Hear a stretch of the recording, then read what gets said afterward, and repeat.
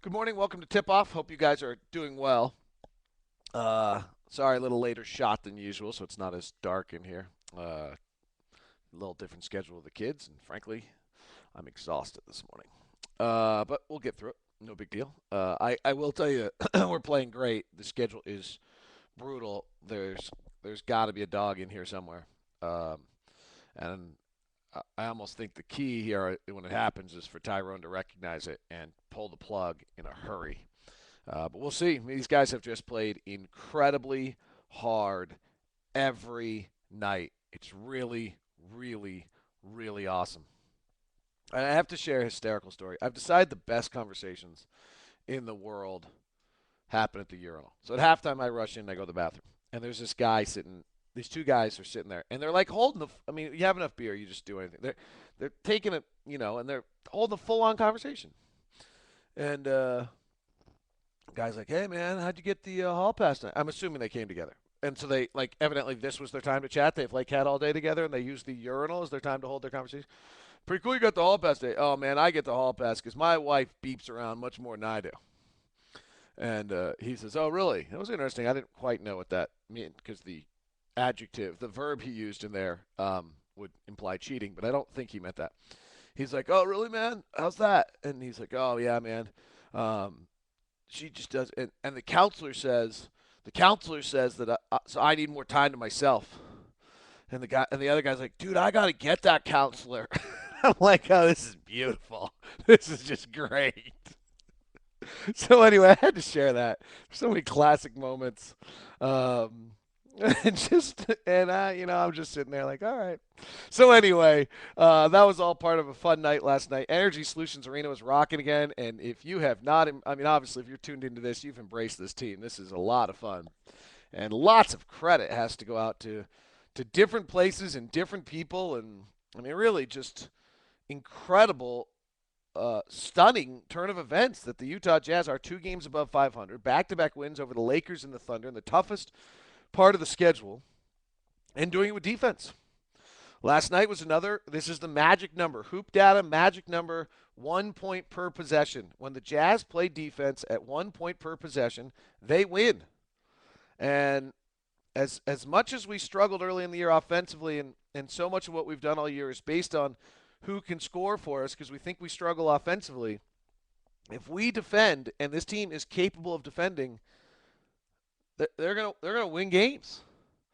And it's very impressive. And the depth of this team is a huge issue. If you look at the two or three teams that are really overachieving this year, Phoenix, Houston, Utah, those are the teams. And then you look at the inconsistency this year. It has to do with the lockout and the schedule and everything else.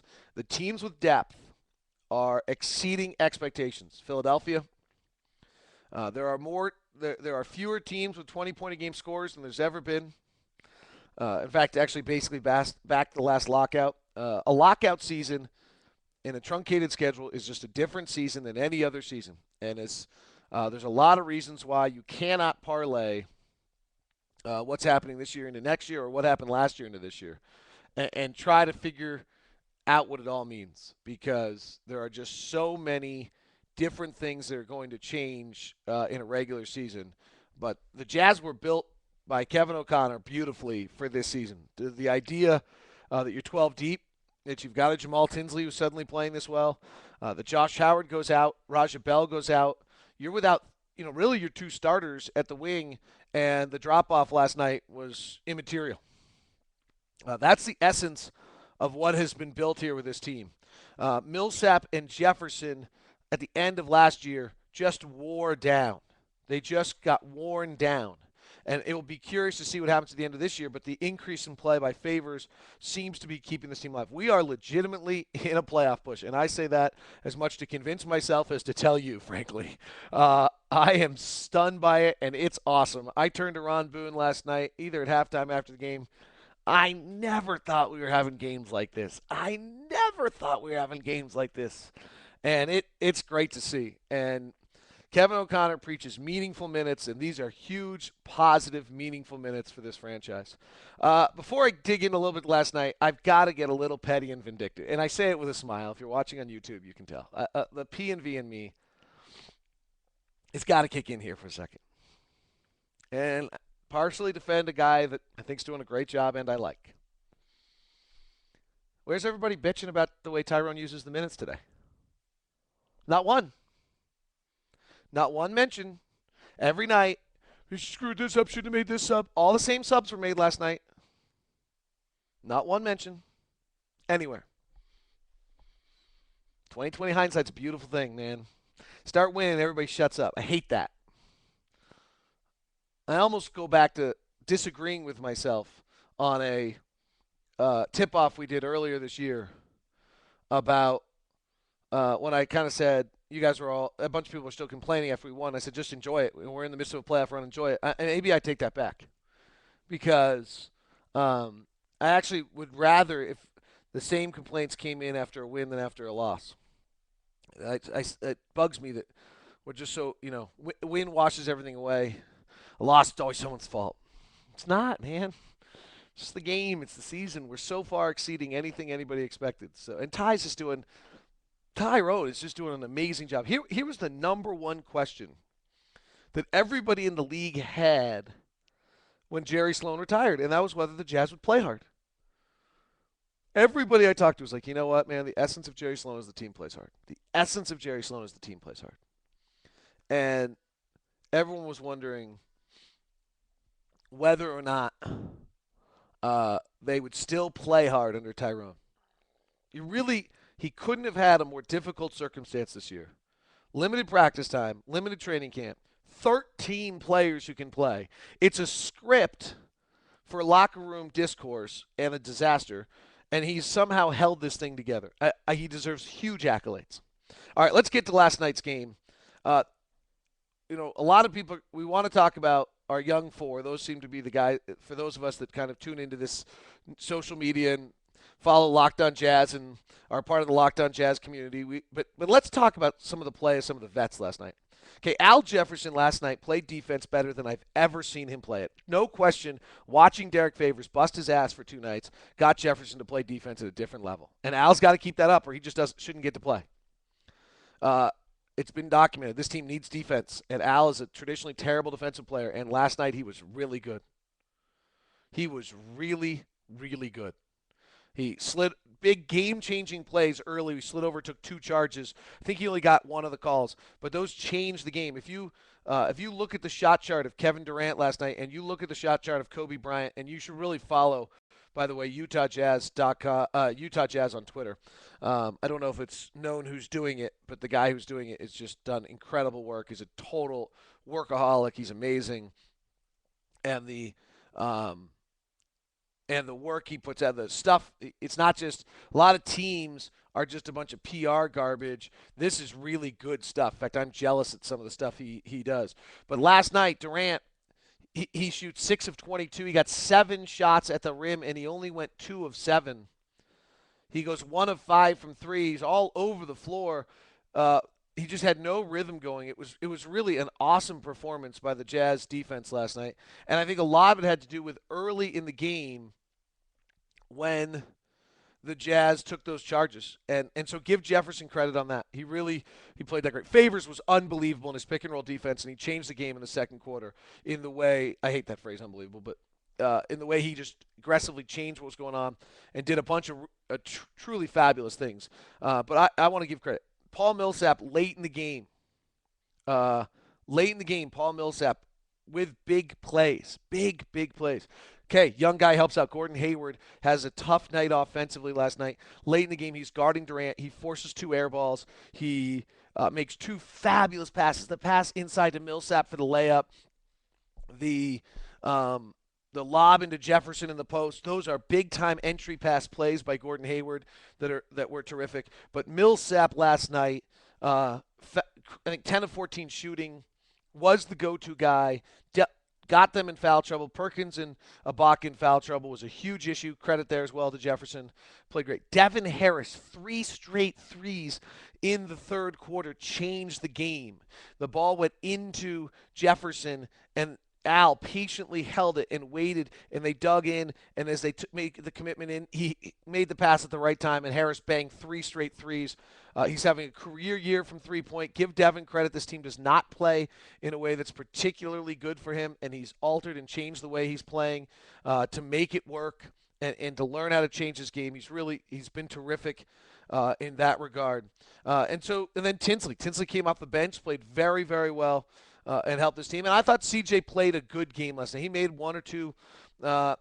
He made a terrible pass at the end of the half, and then he had a two-play sequence, which almost changed the game. Where I tell you, just a miracle. It's just like he lost grip of the game for two possessions, but otherwise, he really battled Durant, played inside himself. I'm not gonna lie, I root for CJ.